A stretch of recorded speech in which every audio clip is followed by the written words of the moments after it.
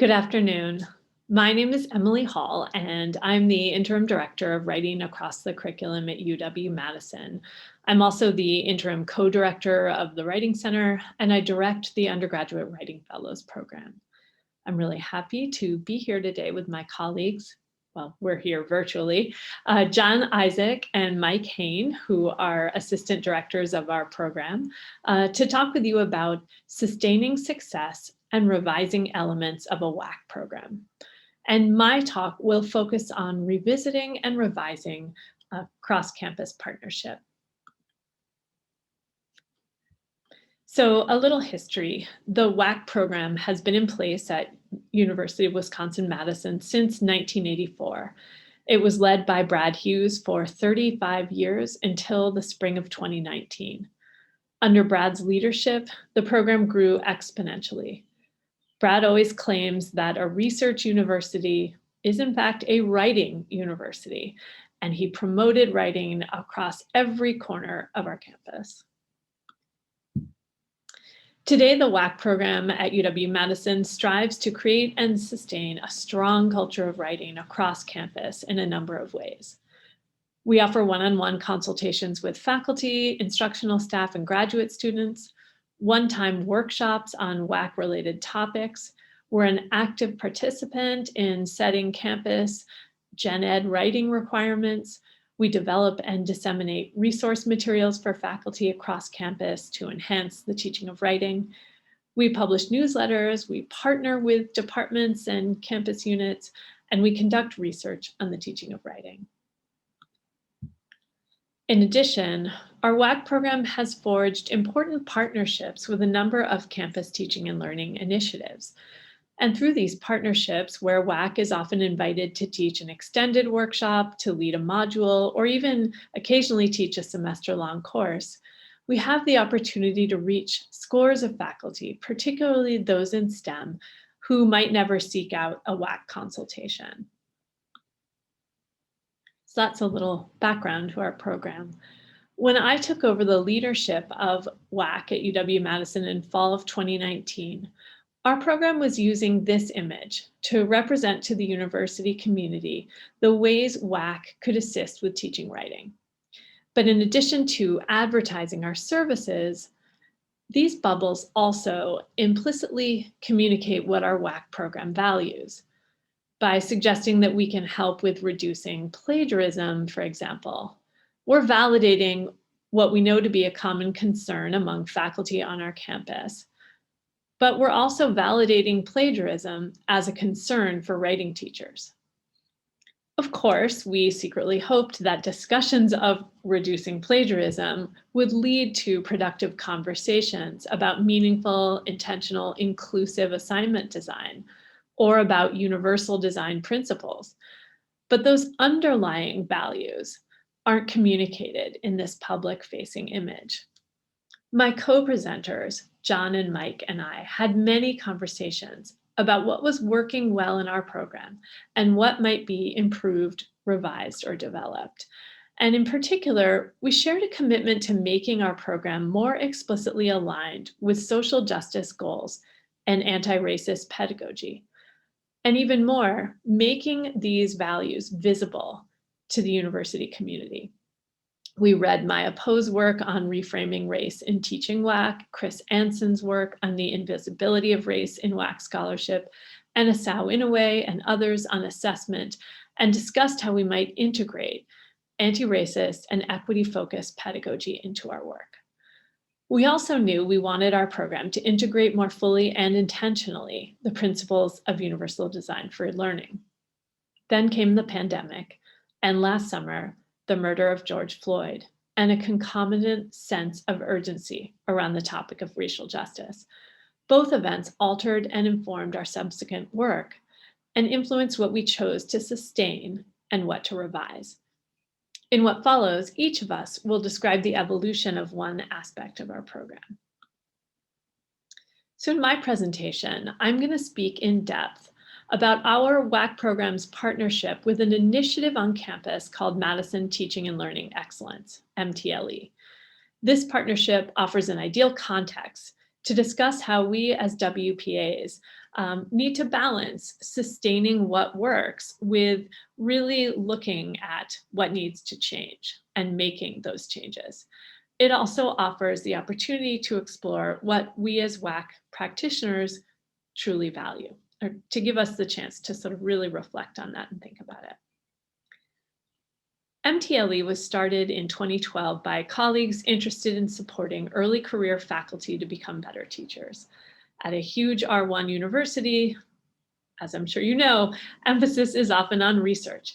So it was very exciting to have an initiative aimed exclusively at improving teaching. MTLE is a 2-semester sequence that delves deeply into a number of topics related to teaching. WAC is given a 4-week module, so 4 90-minute sessions. And our module is titled Developing Research and Writing Assignments. And we lead the module with the Director of Teaching and Learning from the UW Libraries. Each MTLE cohort has 8 to 10 faculty fellows who come from a wide range of departments. It can include computer engineering, medical microbiology, German and Slavic studies, agriculture and applied economics, theater and drama, and on and on and on. And for many years, the structure of the WAC module looked like this. The first week was spent introducing fellows to principles of designing an assignment. Their homework that first week was to develop a draft of an assignment, which they workshopped together in our second week. The third week introduced fellows to the use of rubrics for assessing student writing.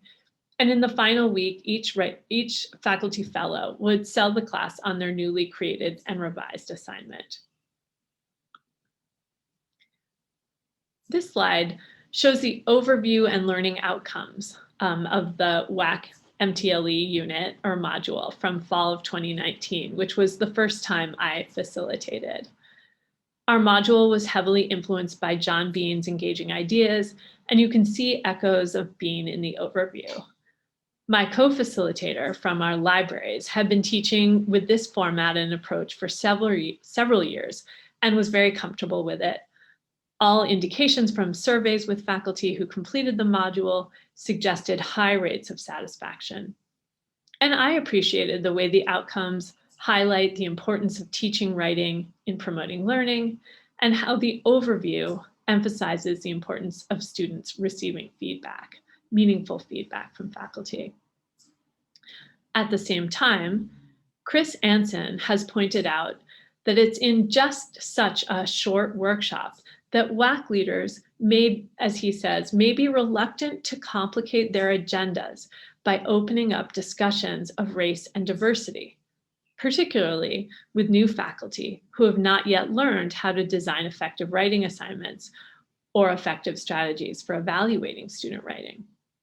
So as with the "we can help you with" slide I shared a few moments ago, the learning outcomes here do not center race, diversity, or linguistic justice, nor do they reflect a commitment to UDL in teaching or evaluating writing.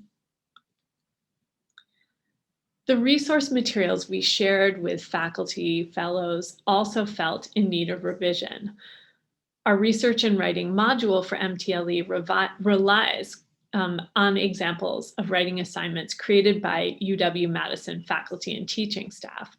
We're committed to using locally sourced examples because they offer new faculty evidence that their colleagues teach with writing, and they provide models on which that new faculty fellows can base their own assignments. Our program has always offered models of writing assignments from a wide range of fields, and especially STEM. And this example from a course on biology and gender was one we used regularly for many years. So it's an example of several scaffolded assignments that lead students toward a longer research paper. And in this example, you can see it does a nice job of specifying the tasks for students and offering guiding questions for them to consider. But it was clearly time to revisit our samples. At our university, students no longer turn in handwritten papers. And the tone of this assignment, if you must handwrite, is at odds with a commitment to equity that we want our samples to model. And this is page 2 of the assignment, which asks about a good female body and what do women want in a man, which assumes a heteronormative perspective that, again, doesn't reflect the values or priorities that we want our program to promote.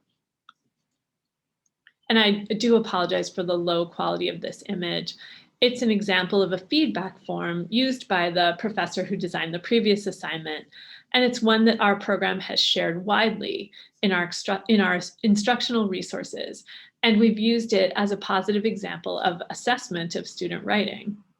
And it has plenty to recommend it. It models a hierarchy of concern that values the understanding of the problem over grammar. And grammar is at the bottom. It was cut off on this slide, along with the A that the student received as a grade. And the professor gives some substantive response to the student. There's a clear engagement with the student's text, which is important to model to newer faculty, especially those who are teaching writing for the first time. However, especially post-pandemic, when even the final faculty holdouts were compelled to transition to an LMS, we use Canvas at UW-Madison, this form again reads as dated. Even pre-pandemic, we were apologizing for the handwriting. And it raises accessibility concerns, of course. But even more, this example, along with the examples of rubrics that we shared with the MTLE faculty fellows, did not engage larger questions about assessment and equity, nor offer alternatives to traditional models of grading. But change is really difficult. As many WAC scholars have pointed out, change is often incremental, and WAC leaders must be in it for the long game, as my colleague Brad Hughes often says. And we must contend with certain expectations from administrators and campus partners that we continue offering the same programming that we always have, particularly when that programming has been successful. So when I suggested revisions to learning goals and materials for the MTLE module, those suggestions initially met with some resistance. There was a concern that the faculty fellows might not have the bandwidth to consider challenging questions of race and assessment. Remember, these are younger assistant professors trying to get tenure. So there was also a concern about putting newer, more vulnerable faculty in the position of questioning the institution or challenging the status quo. So the learning outcome highlighted here recognize the capacity of assignment design and assessment to include or exclude students from deep learning, represents an initial revision to our module that we added for fall 2020. It was a compromise between those who wanted to see some broader change, more substantive revision, and those who wanted to sustain and continue what seemed to be working well. Adding this learning outcome felt like a step forward in bringing our stated learning goals in alignment with the values we wanted our WAC program to embody, model, and promote. However, as my colleague Angela Zito has pointed out, this single addition, without revisiting and revising our whole module, represents what Jay Dolmage and other colleagues in disability studies have described as retrofitting or adding on. Though it may seem like an important change or a significant change, the additional bullet point, the additional learning goal, really has the effect of feeling more like an afterthought than a meaningful change or a challenge to underlying structures or the status quo. And indeed, although we did add that bullet point, we didn't initiate conversations with the faculty fellows about how writing assignments and assessment might be implicated or are implicated in structural racism.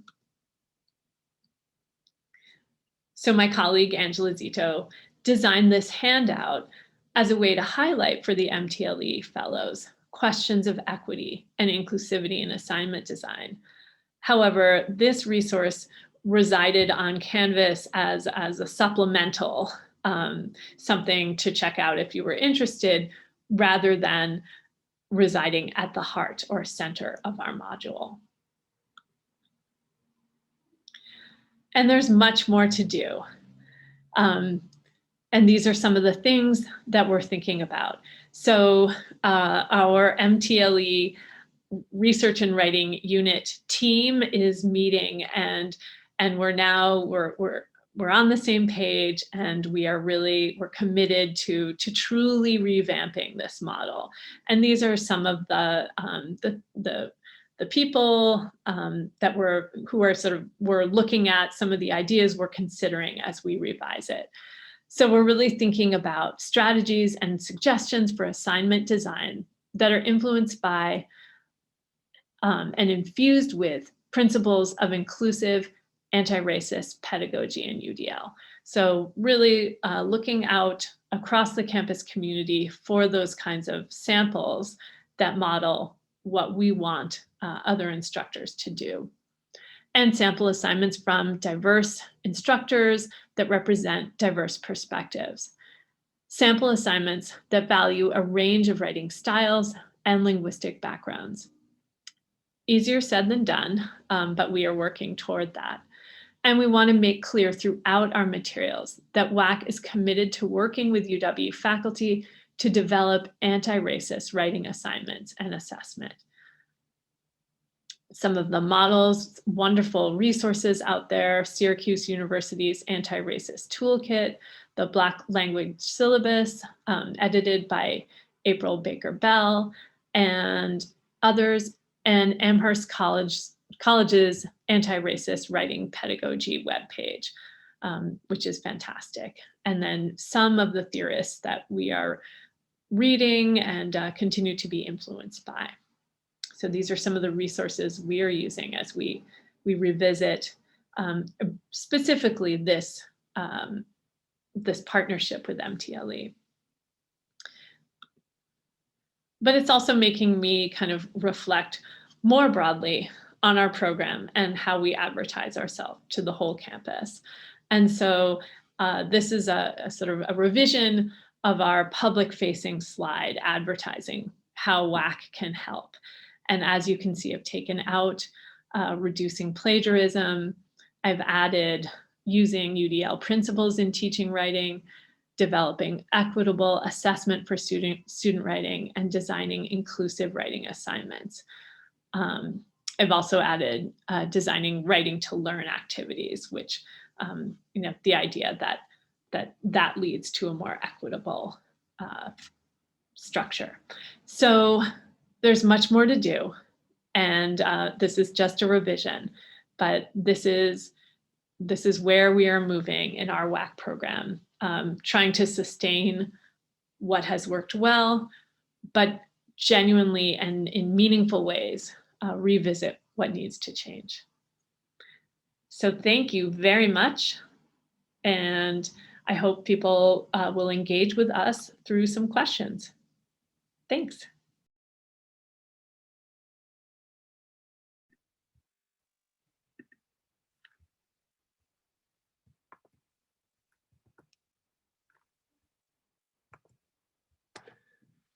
Hi, everyone.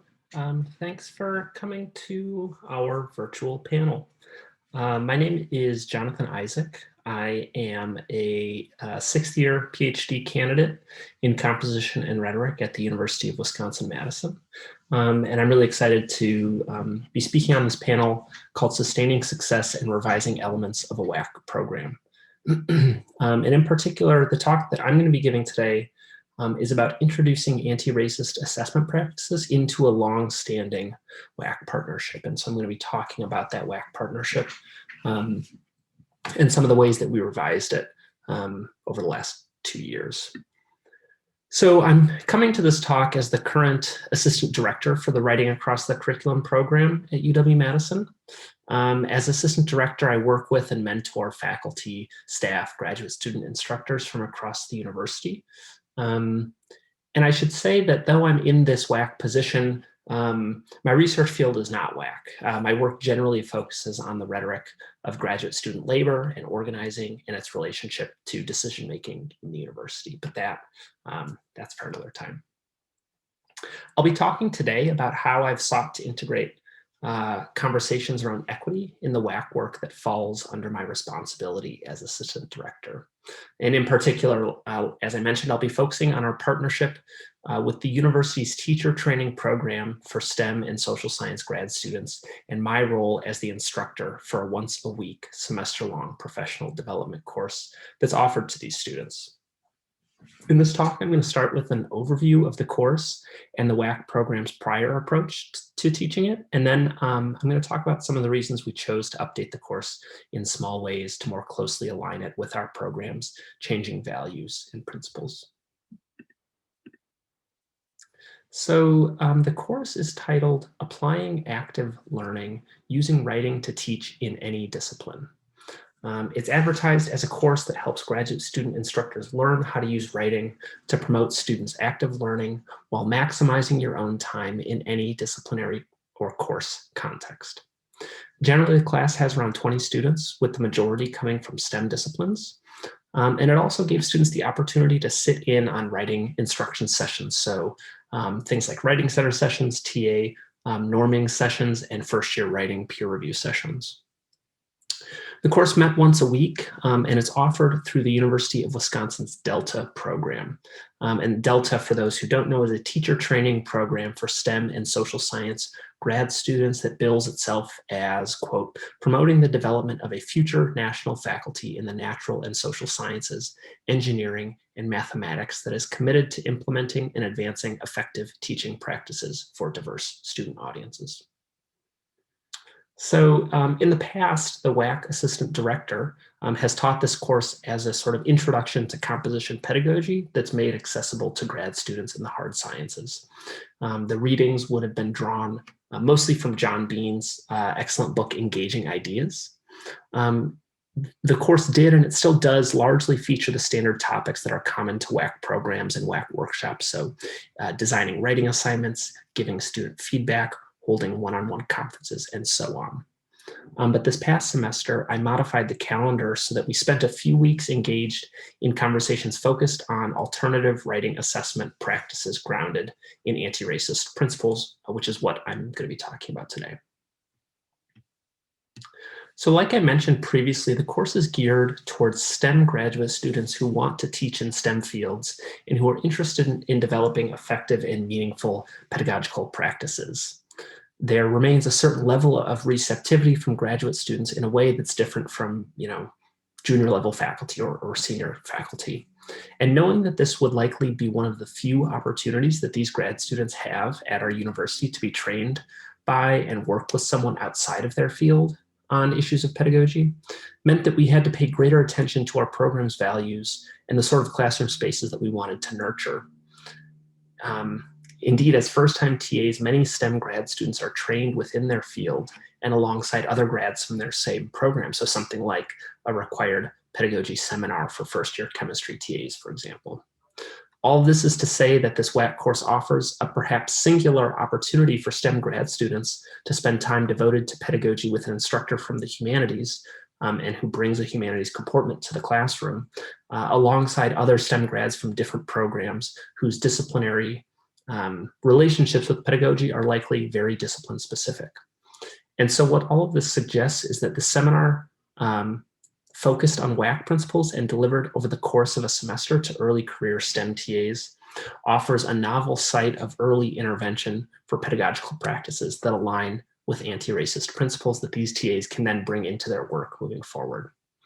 As composition scholar Asao Inoue states in his interview with Neil Lerner for the WAC Journal, quote, "We got to find ways to help our colleagues across campus in compassionate ways to deal with this structural problem around the sole use and assessment of white language norms," end quote.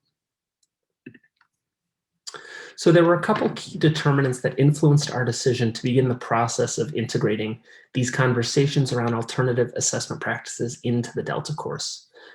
So the first was that our WAC team took a heavy interest in working through some of the unspoken norms of writing valuation in WAC and in our institution more broadly, and then also within our program in our department.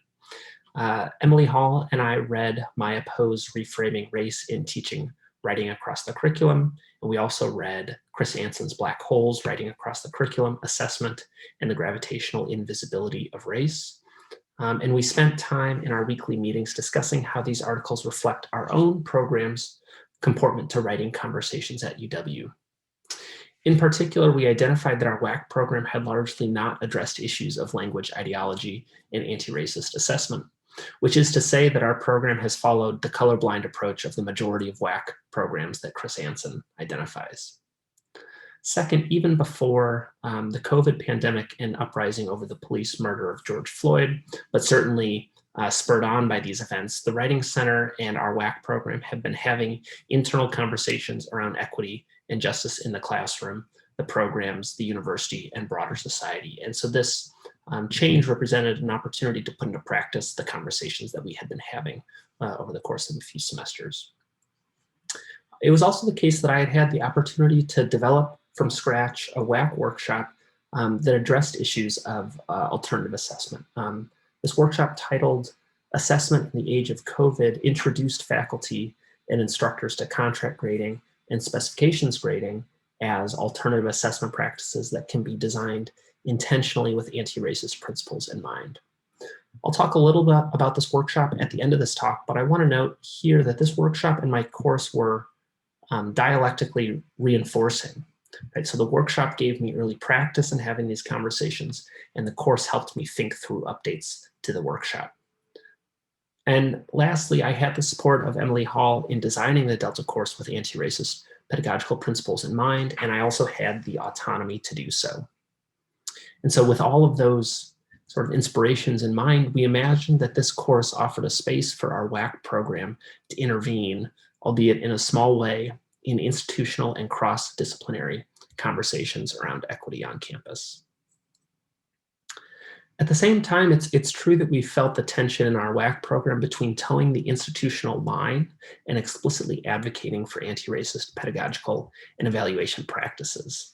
There's still a certain hush-hush quality to our willingness to be out and proud with explicit endorsement of anti-racist assessment practices that challenge the traditional grading system and that go against the university's explicit protocol regarding classroom grades. And so much of this engagement with contract grading has been subversive and has not been institutionally sanctioned, which perhaps doesn't come as much of a surprise.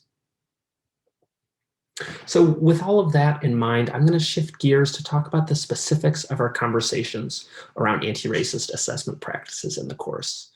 So in the course, I had 18 students, 13 of whom are in STEM PhD programs, and many of the students had never thought about writing pedagogy in the context of their professional or disciplinary commitment. So the course was definitely a ground level course for them in many ways.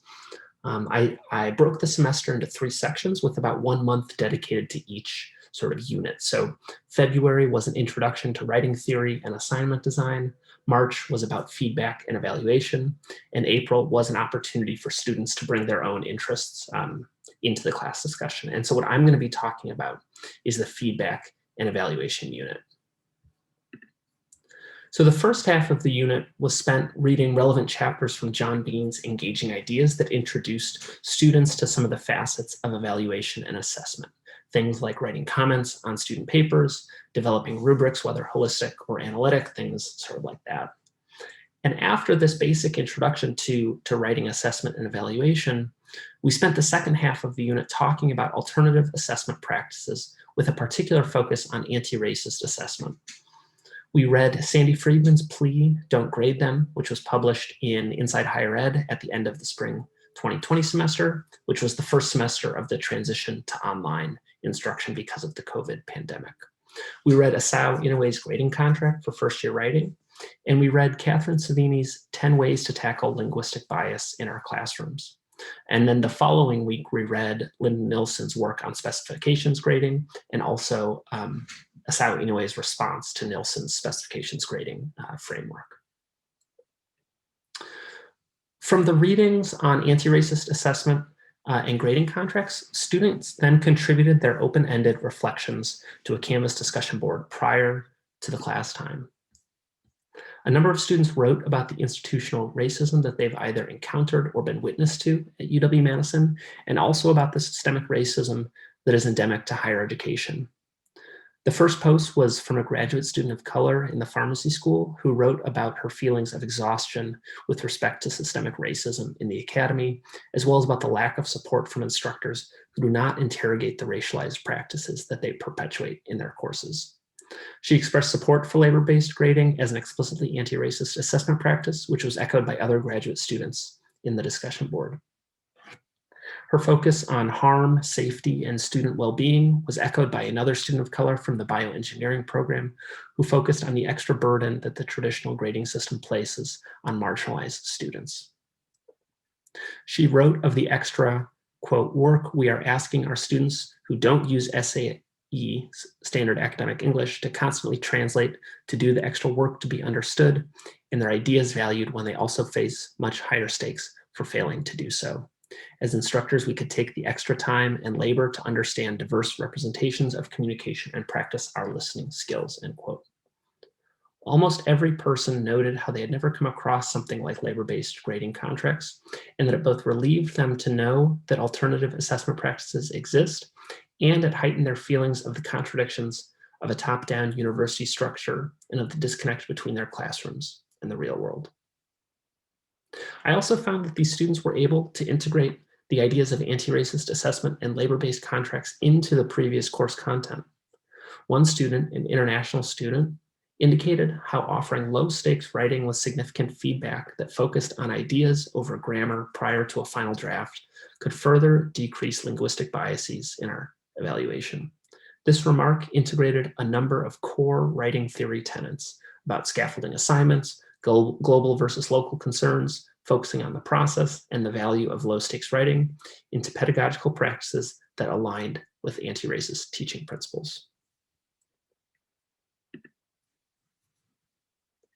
In the class itself, which lasted 1 hour and took place over Zoom, I wanted to further denaturalize traditional grading as a neutral assessor of student ability and to identify the unstated ideological underpinnings of grading in higher education.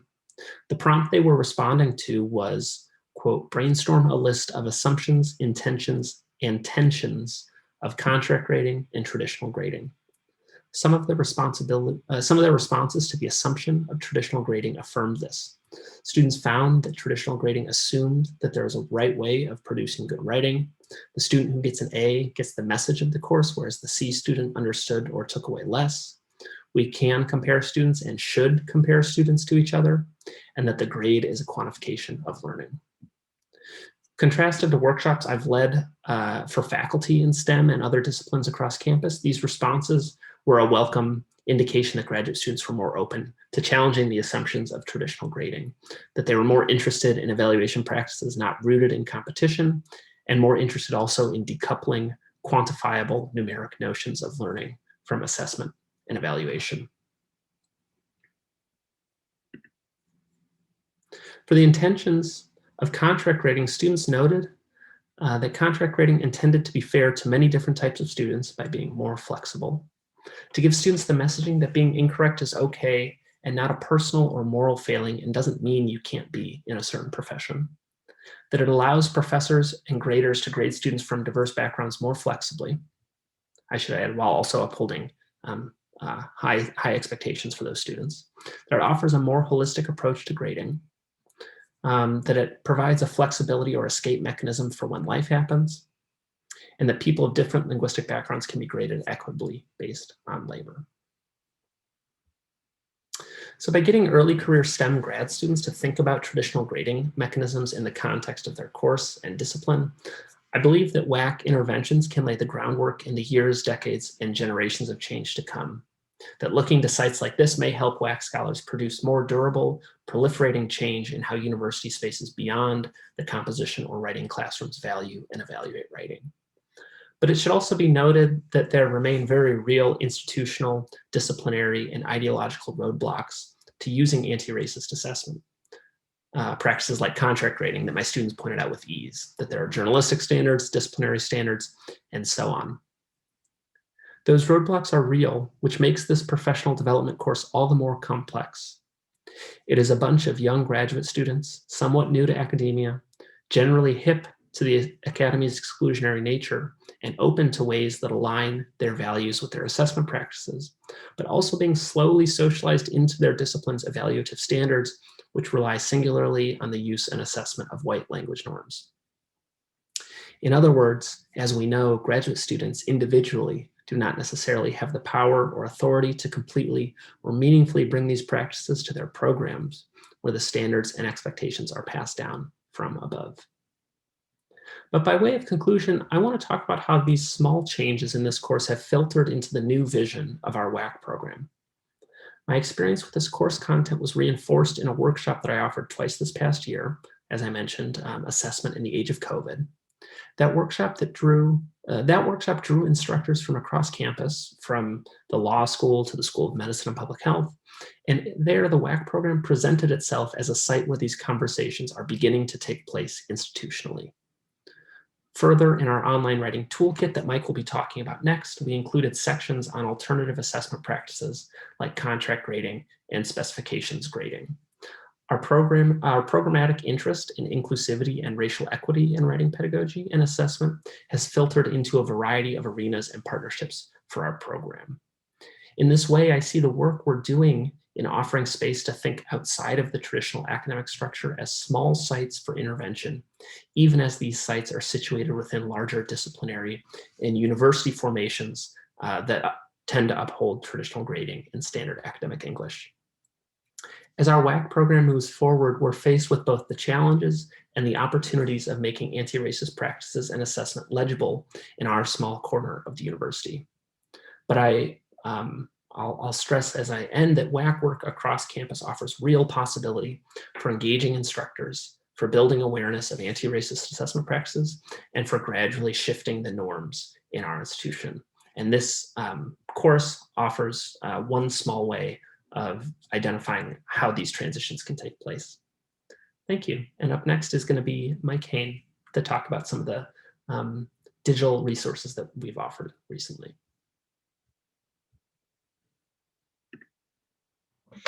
So I want to build off of what Emily and John discussed and sort of shift to how our WAC program developed and revised resources in online spaces. So moving from partnerships to sort of the resources we provide for the entire campus community. So these are the different resources that we revised or created starting in early 2020 through 2021. So as you see on the slide, the email newsletter and COVID-19 writing resources webpage, the online teaching toolkit, which we developed in late summer 2020 and then into fall 2020 as the campus remained in an online teaching mode. And then our press book, which will be hopefully a more permanent set of materials and resources that people can access in their teaching with writing. So the first two bullet points there, those particular resources we've completed, and we'll probably continue publishing the e-newsletter in future semesters. And the press book is still a work in progress. So to give you some background on kind of what things were like as far as our resources before 2020 and of course before the pandemic, we had two sort of core resources that we distributed to folks across campus who were not involved in sort of, well, we also include these resources in our cross-campus partnerships, but these materials are available for everyone, regardless of whether you're participating in those other partnerships or not. So we often distribute these, at least the source book there on your left, and that you see on the left side of the screen, distribute that at workshops, standalone workshops that we do campus-wide trainings, that sort of stuff. So that book on the left there, it's a 300-page, pretty hefty book. We would print it and also include a PDF copy on our website.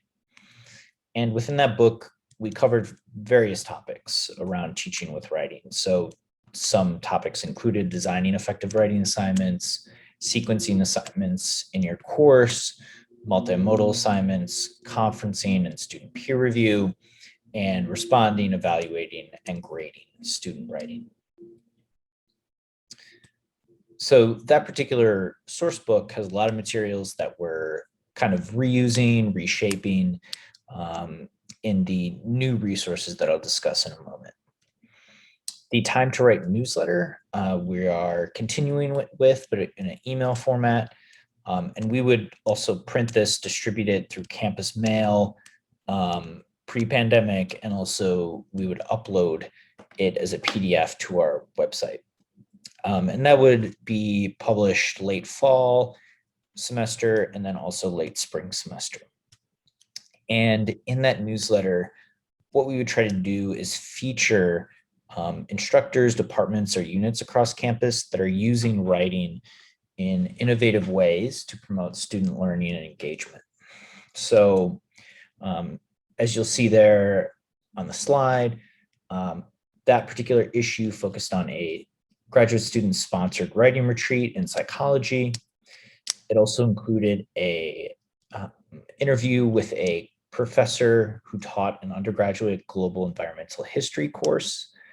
And for that particular assignment that's profiled, the professor was asking students to create a website to educate a public audience about what the Anthropocene is and why it matters. So the Anthropocene being the current period that we're in, that is seeing a lot of influence from human activity on the climate and the environment.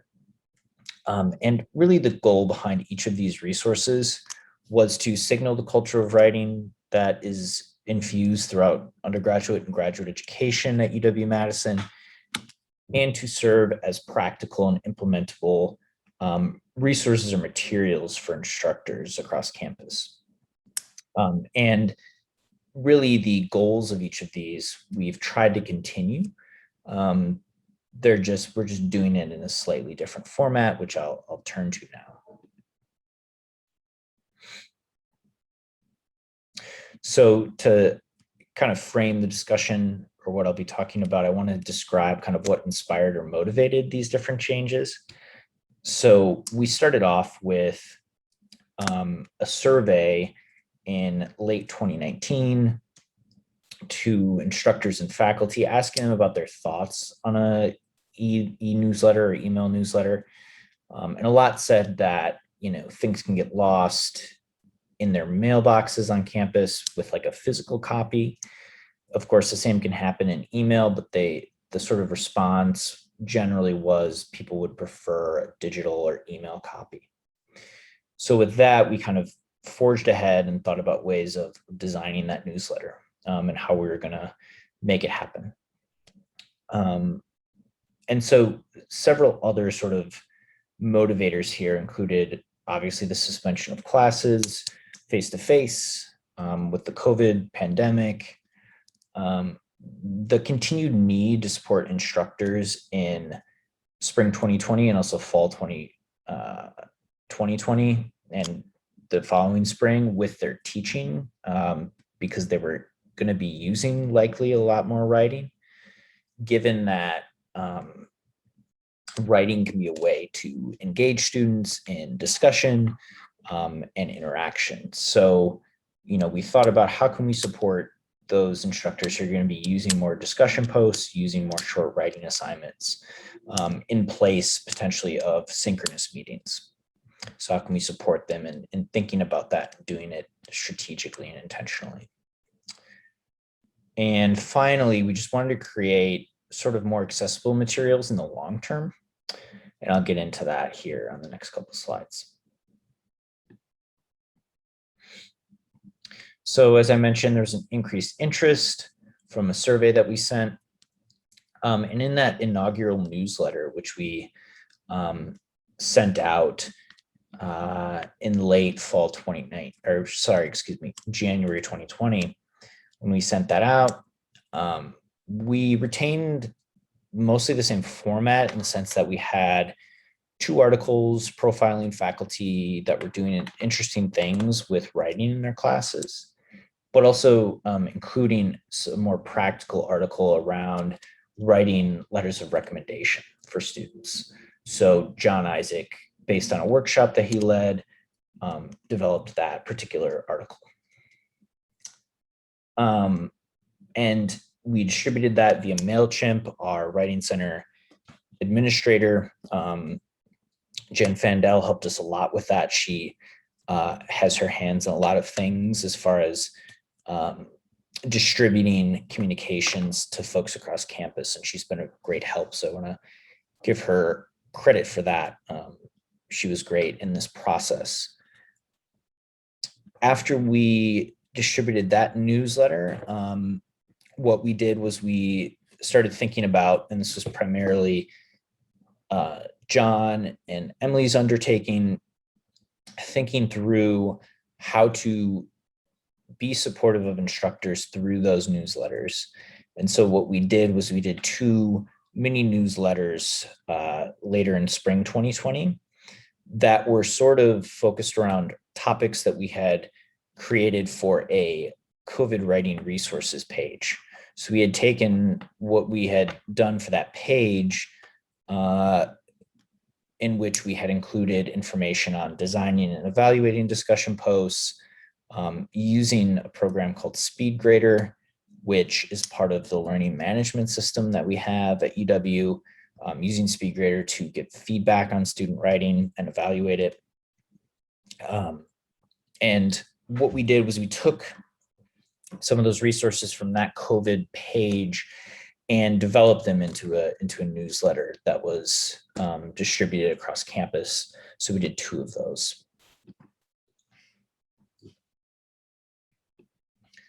This is sort of the intro to one of them, the second mini newsletter. As you can see here, there's tips for SpeedGrader, and then a short guide also on using audio feedback for student writing.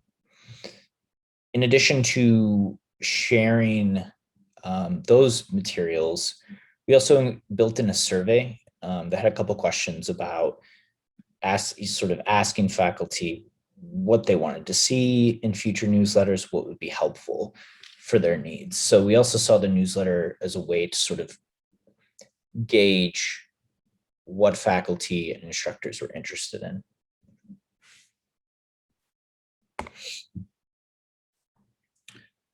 So moving to the online teaching toolkit, really a central motivator here and influence was the desire to create a centralized location where people could get materials specific to teaching with writing. So what we mean by this, or what I mean by this, is that at the start of the fall 2020 semester, a lot of the materials that the university was providing for online teaching were sort of scattered and dispersed across different units. You would have to kind of dig through a bunch of links that would take you to new pages. So it could end up being a mess for a lot of instructors who are just trying to get something to help them think about their online teaching. So what we wanted to do was create a centralized spot for these teaching with writing resources.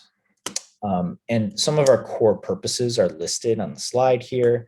I won't read them to you, but they are familiar to WAC professionals. And we wanted to try to make the toolkit useful for both introductory, but also more advanced courses. So we tried to make it a useful resource for varied contexts. So this is what this looks like. and if you were to go to the web page and click on the little plus sign here, you would expand that and the menu would come up and you'd be able to navigate in each one of these categories. But the three different sort of categories or topics we covered were assigning low stakes writing, assigning high stakes writing, and assessing student writing. And really our goals here were to highlight principles for each of these topics or categories, and also share examples of how to do them. So how do you assess student writing using screencast feedback, for example? Some instructors may want to do that with this new online environment instead of obviously writing out comments. And we also, with our sort of assessment strategies, we wanted to reflect principles of inclusive pedagogy. And that's one of the values we tried to reflect in these toolkit materials. So this is one example of how we structured the topics.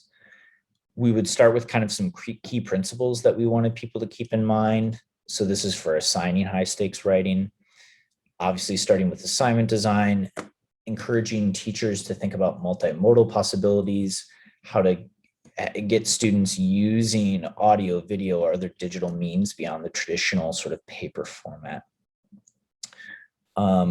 We also talked about sequencing and gave examples of how to do that and sort of support students through the steps of writing and research. Excuse me, and related to that, we put an emphasis on the writing process and how to create opportunities for peer and instructor interaction.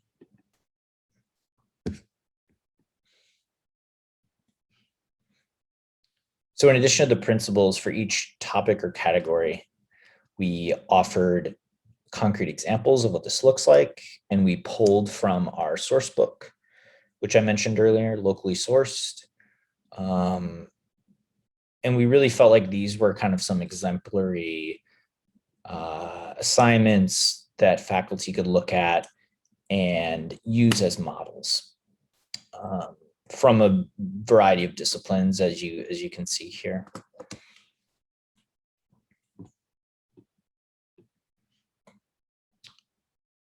And then the other toolkit topics, I kind of touched on it, low stakes writing and also assessing student writing. And so we shared types of the low stakes writing and also some examples, and then delved in more deeply to what online assessment can look like with things like screencast feedback or audio feedback. Want to round out the part of my presentation here with talking about the press book. And this is sort of a current project we're still working on. We hope to be finished with it, hopefully by the end of the 2021-2022 academic year. What we're really trying to do is create a more accessible and less voluminous collection of materials. So as I said, the locally sourced book that we've produced it in hard copy and also PDF. And even though there's a Control F, like find function in a PDF, we wanted to make it even easier to navigate. And we also wanted to consolidate some stuff and also think through how can we articulate our values around things like inclusivity and universal design in the press book? How can we integrate it throughout rather than maybe addressing it only in certain sections of our resources?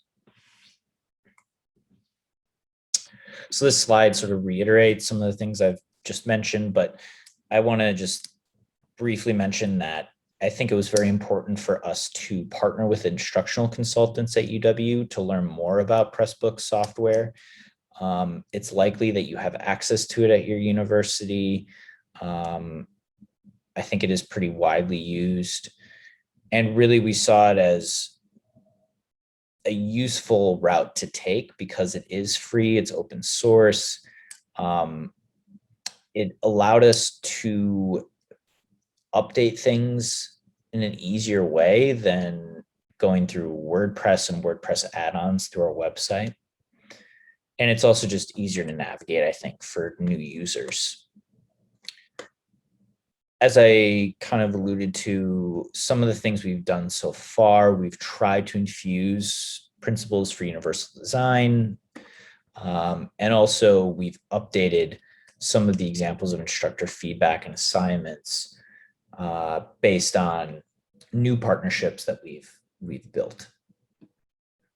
We always want to really showcase the most up-to-date assignments and materials.